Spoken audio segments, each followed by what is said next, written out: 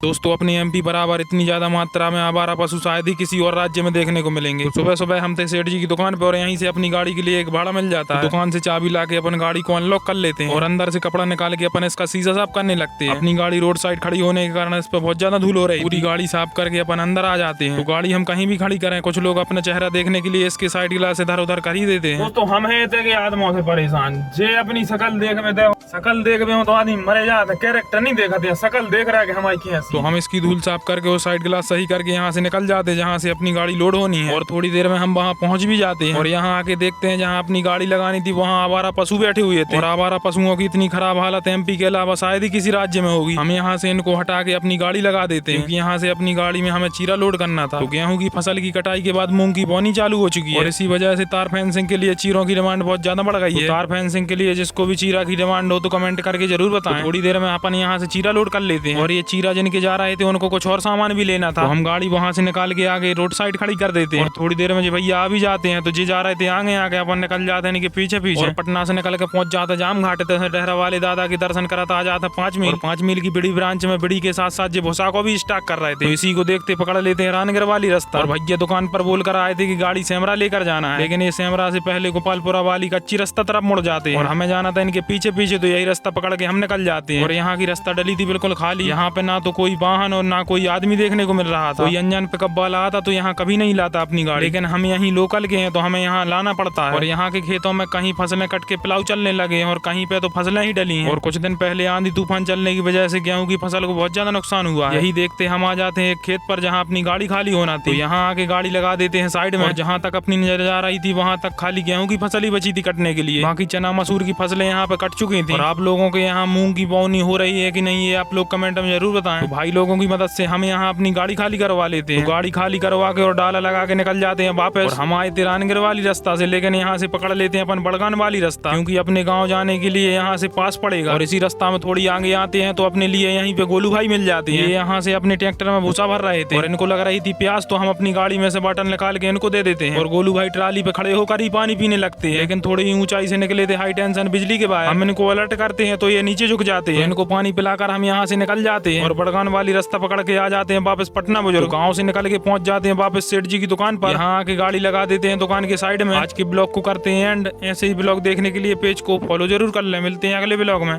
जय श्री राम दोस्तों।